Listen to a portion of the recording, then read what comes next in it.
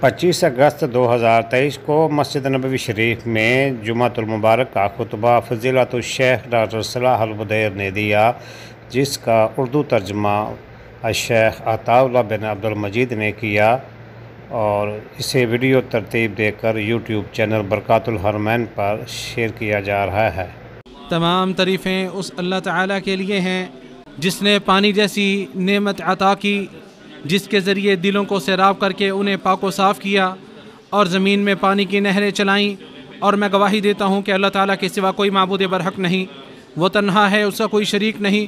ایسی گواہی کہ جو ہمیشہ باقی رہے، لغزشیں اور خطائیں جس کے پس پردہ چھپی رہیں۔ اور میں گواہی دیتا ہوں کہ ہمارے نبی و سردار محمد صلی اللہ علیہ وسلم اس کے بندے اور رسول ہیں۔ ایسی گواہی کہ جو کائنات عام ہو کر پھیل جائے۔ اللہ تعالیٰ رحمتیں اور سلامتی نازل کرے آپ صلی اللہ علیہ وسلم پر، آپ کی آل اور صحابہ کرام پر ہمیشہ جب تک آسمان سے بارش کی بوندیں برستی رہیں۔ حمد و صلوات کے بعد مسلمانوں، اللہ تعالیٰ سے ڈرو، اپنے اعمال کو احسن طریقے سے انجام دو اور موت سے پہلے توبہ کی طرف جلدی کرو۔ ارشاد باری تعالیٰ ہے، اے ایمان والو، اللہ تعالیٰ سے کما حقہ ڈرو اور اس حال میں مرنا کہ تم مسلمان ہو۔ مسلمانوں، پانی خالق کریم کا ایک تحفہ ہے جسے وہ نازل کر کے مخلوق کی سیرابی کا سامان مہیا کرتا ہے، جو تسلسل کے ساتھ برستا ہے، ہر جگہ پہنچتا ہے، جو قوت کے ساتھ موسلا دار بارش کی شکل اختیار کر لیتا ہے۔ زمین اس سے سیراب ہو کر سرسبز و شاداب ہو جاتی ہے، جس کے رفتہ رفتہ برسنے سے باغیچے لہلہا اٹھتے ہیں، جو ٹیلوں اور تودوں پر آبپاشی کرتا ہے، جو نباتات، جڑی بوٹیوں اور چوپایوں کو حیات بخشتا ہے، مخلوقات کو سیراب کرتا ہے۔ پانی کی شرائط کرنے سے اس کی شفافیت عیاں ہوتی ہے، اس کے برسنے کے بعد اس کا اجلا پن اور شفافی نکھر جاتی ہے۔ سیرابی، مٹھاس اور فراوانی اس کے ثمرات و فوائد میں سے ہے۔ اور ہر مشروب جو صاف و شفاف، اجلا اور میٹھا بھی ہو، وہ بے مثال و بے نظیر ہوتا ہے، اس کا کوئی متبادل نہیں ہوتا۔ اور پانی جب نفوس کے لیے آب حیات ہے تو اہل عرب استعارے اور کنائے کے طور پر اپنے کلام میں ہر اس چیز کے لیے پانی کا لفظ استعمال کرتے ہیں جو دیکھنے میں بھاتی ہو اور قابل قدر و منزلت ہو، تو اسے یوں پکارتے ہیں، مثلا چہرے کا پانی، جوانی کا پانی، نعمتوں کا پانی، شرم و حیا کا پانی اور آب حیات وغیرہ۔ اور اللہ تعالیٰ نے سچ فرمایا، جس کی بات سے بڑھ کر کسی کی بات سچی نہیں ہو سکتی۔ اللہ تعالیٰ کا ارشاد ہے، اور ہم نے پانی سے ہر زندہ چیز بنائی، تو کیا یہ لوگ ایمان نہیں لاتے؟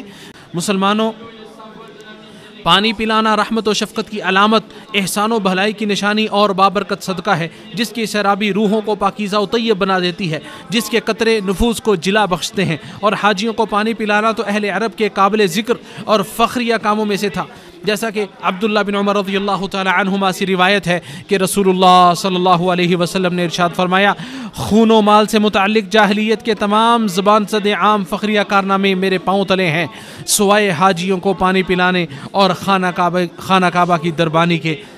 اسے امام ابو داود نے اپنی سنن میں روایت کیا ہے۔ مسلمانوں، پانی پلانے کی فضیلت، عظمت اور اس عمل کی قدر و منزلت کے تعلق سے صحیح احادیث وارد ہیں، جیسا کہ عبداللہ ابن عباس رضی اللہ تعالی عنہما سے مروی ہے کہ رسول اللہ صلی اللہ علیہ وسلم زمزم کے پاس تشریف لائے، لوگ کنویں سے پانی کھینچ رہے تھے اور کام کر رہے تھے۔ آپ نے انہیں دیکھ کر فرمایا، کام کرتے رہو، تم ایک اچھے کام پر لگے ہو۔ پھر فرمایا، اگر یہ خیال نہ ہوتا کہ آئندہ لوگ تمہیں پریشان کر دیں گے تو میں بھی اس میں اترتا اور رسی اپنے اس پر رکھتا، یعنی کندھے پر۔ آپ صلی اللہ علیہ وسلم نے اپنے کندھے کی طرف اشارہ کر کے فرمایا۔ اسے امام بخاری نے روایت کیا ہے۔ اور جابر بن عبداللہ رضی اللہ تعالی عنہما سے روایت ہے کہ رسول اللہ صلی اللہ علیہ وسلم نے ارشاد فرمایا، عبد المطلب کی اولاد، پانی نکالو۔ اگر یہ اندیشہ نہ ہوتا کہ تمہارے پانی پلانے کے اس کام میں لوگ تم پر غالب آ جائیں گے تو میں بھی تمہارے ساتھ پانی کھینچتا۔ انہوں نے آپ کو ایک ڈول پانی دیا تو آپ صلی اللہ علیہ وسلم نے اس میں سے نوش فرمایا۔ اسے امام مسلم نے روایت کیا ہے۔ امام نووی فرماتے ہیں کہ اس حدیث میں اس طریقے سے پانی پلانے کی فضیلت کا بیان ہے۔ مسلمانوں، گرمی اور سردی ہر موسم میں ہی پانی پلانا مستحب ہے، لیکن گرمی کی شدت اور گرم لو کے تھپیڑوں میں اس کے استحباب میں مزید بڑھوتری ہو جاتی ہے۔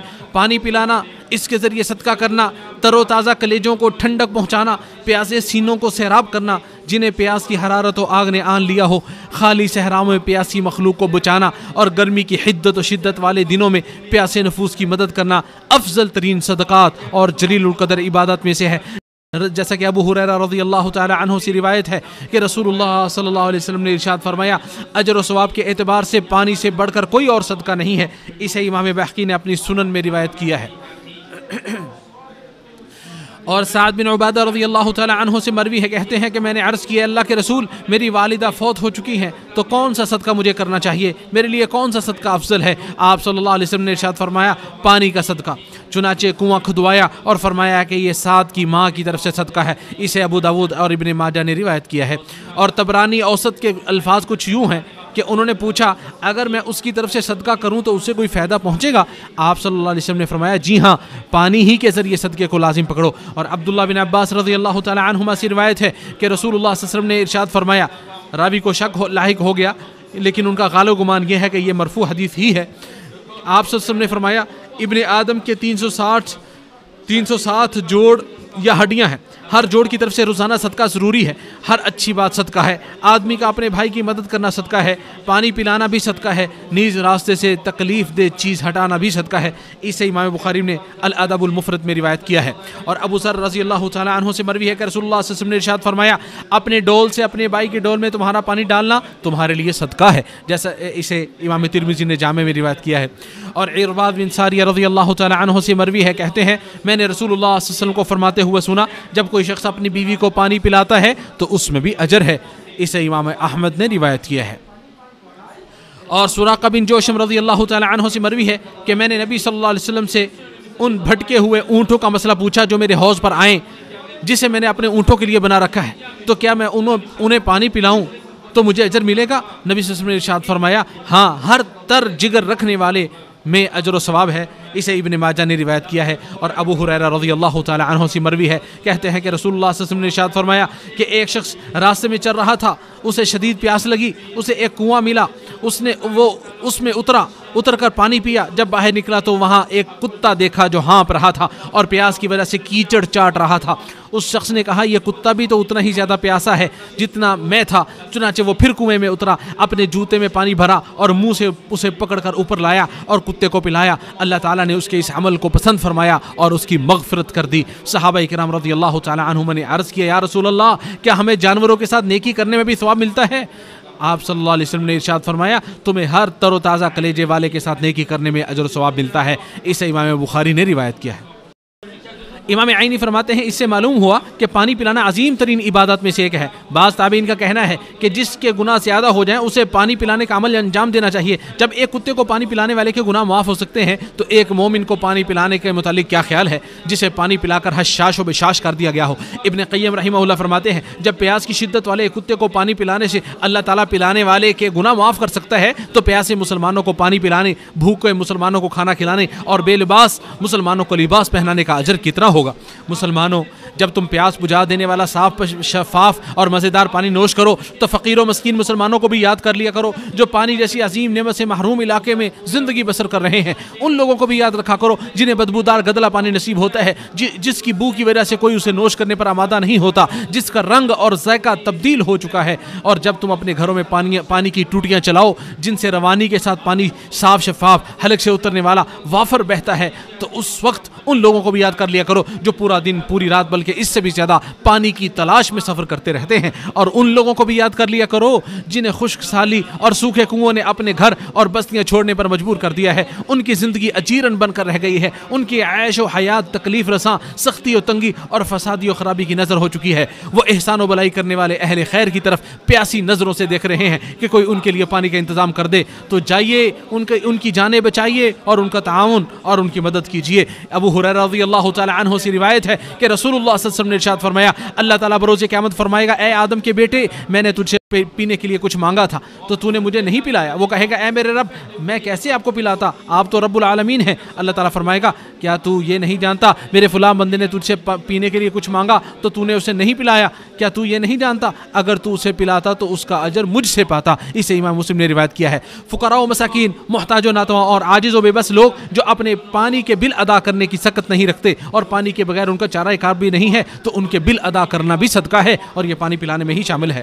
مسلمانوں پینے کے پانی کے لیے خاص کردہ عمومی انتظامات کر کے انہیں وقف کرنا، مثلا کنویں کھدوانا، پانی کے حوض بنانا اور عام ٹھنڈے کے پانی کے کل لگا کر انہیں وقف کرنا، پانی کو صاف کرنے اور فلٹر کرنے کے لیے خاص جگہ بنا کر وقف کرنا، فقراء و مساکین کے گھروں اور محلوں تک پائپ لائن بچھانا، پانی کی بوتلیں تقسیم کرنا، چوراہوں، راستوں بازاروں اور مساجد وغیرہ میں پانی تقسیم کرنا، یہ سب جلیل القدر عبادات میں سے ہیں. جیسا کہ عثمان رضی اللہ تعالی عنہ نے بیر روما خرید کر مسلمانوں کے لیے وقف کر دیا تھا. جب رسول اللہ صلی اللہ علیہ وسلم نے ارشاد فرمایا تھا جس نے بیر روما کھودا اس کے لیے جنت ہے، اور فرمایا جو شخص بیر روما کو خریدے اللہ تعالیٰ اس کی مغفرت فرمائے. چنانچہ عثمان رضی اللہ تعالیٰ نے اسے خرید لیا.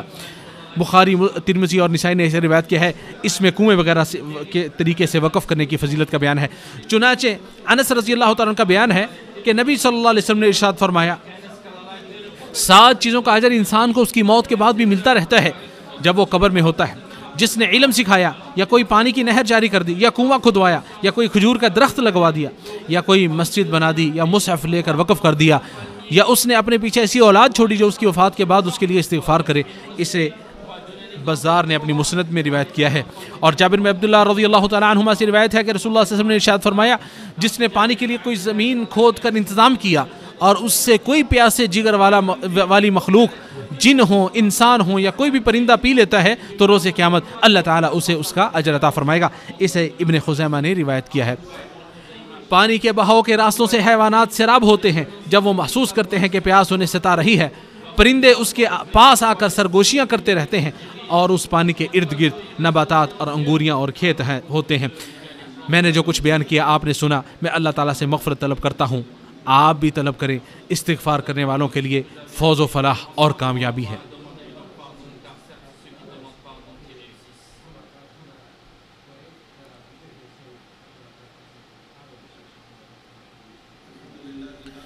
ہر قسم کی تعریف اس اللہ کے لیے ہے جس نے جسے چاہا اسے اپنے لطف و کرم کی چادر میں لے لیا. اور میں گواہی دیتا ہوں کہ اللہ تعالیٰ کے علاوہ کوئی معبود برحق نہیں، وہ تنہا ہے، اس کا کوئی شریک نہیں، جو بیماریوں سے مایوس لوگوں پر انعام و احسان کرتے ہوئے ان کے لیے دوا اور علاج کا بندوبست کر دیتا ہے. اور میں گواہی دیتا ہوں کہ ہمارے نبی و سردار محمد صلی اللہ علیہ وسلم اس کے بندے اور رسول ہیں جن کی پیروی کرنے والا شخص ہدایت کے راستے پر گامزن ہو جاتا ہے، اور ان کی نافرمانی کرنے والا ضلالت و گمراہی اور ہلاکت و تباہی کے گڑھے میں جا گرتا ہے. مسلسل اور ہمیشہ درود و سلام نازل ہوں آپ صلی اللہ علیہ وسلم پر، آپ کی آل اور صحابہ کرام پر.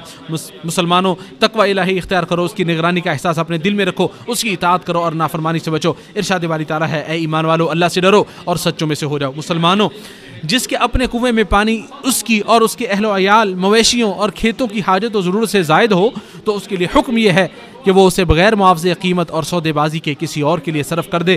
بعض اہل علم نے تو اسے مستحب سے بڑھ کر واجب تک قرار دے دیا ہے. جیسا کہ شاعر کا قول ہے زائد پانی کو خرچ کرنا شرعی طور پر لازمی ہے، حتیٰ کہ کھیتی کی آبیاری کے لیے ہی کیوں نہ ہو. یہ اس وقت ہے جب اس کا چشمہ و کنواں ذاتی ہو، پانی لینے والا مالدار ہو یا کنگال و تنگ دست ہو. جیسا کہ جابر بن عبداللہ رضی اللہ تعالی عنہما سے مروی ہے کہ رسول اللہ صلی اللہ علیہ وسلم نے ضرورت سے زائد پانی فروخت کرنے سے منع فرمایا ہے. اسے امام مسلم نے روایت کیا ہے. اور ابو ہریرہ رضی اللہ تعالی عنہ سے مروی ہے، کہتے ہیں رسول اللہ صلی اللہ علیہ وسلم نے ارشاد فرمایا نوش کرنے والوں میں سے مسافر سب سے مقدم ہے. اسے امام احمد نے روایت کیا ہے. اس کا معنی یہ ہے کہ جب کنویں کا مالک پانی سے اپنی حاجت و ضرورت پوری کر لے تو اس کے لیے جائز نہیں ہے کہ وہ مسافر کو اس سے روکے. اور ابو ہریرہ رضی اللہ تعالی عنہ سے روایت ہے، کہتے ہیں رسول اللہ صلی اللہ علیہ وسلم نے ارشاد فرمایا 3 طرح کے وہ لوگ ہیں جن کی طرف قیامت کے دن اللہ تعالیٰ نظر بھی نہیں اٹھائے گا اور نہ انہیں پاک کرے گا، بلکہ ان کے لیے دردناک عذاب ہوگا. ایک وہ شخص جس کے پاس راستے میں ضرورت سے زائد پانی ہو اور اس نے کسی مسافر کو اس کے استعمال سے روک دیا.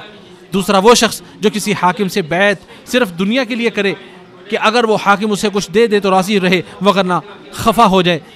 تیسرے وہ شخص جو اپنا بیچنے کا سامان عصر کے بعد لے کر کھڑا ہو اور کہنے لگا کہ اللہ کی قسم جس کے سوا کوئی معبود برحق نہیں، مجھے اس سامان کی قیمت اتنی مل رہی ہے. اس پر اس شخص نے اسے سچ سمجھ لیا. امام بخاری اور مسلم نے اسے روایت کیا ہے. اور صحیح بخاری کی ایک روایت میں کے الفاظ یوں ہیں، اللہ تعالیٰ فرمائے گا کہ آج میں اپنا فضل اسی طرح تمہیں نہیں دوں گا جس طرح تم نے ایک ایسی چیز کے فالتو حصے کو نہیں دیا تھا جس پر تیرے ہاتھوں نے کام تک نہ کیا تھا.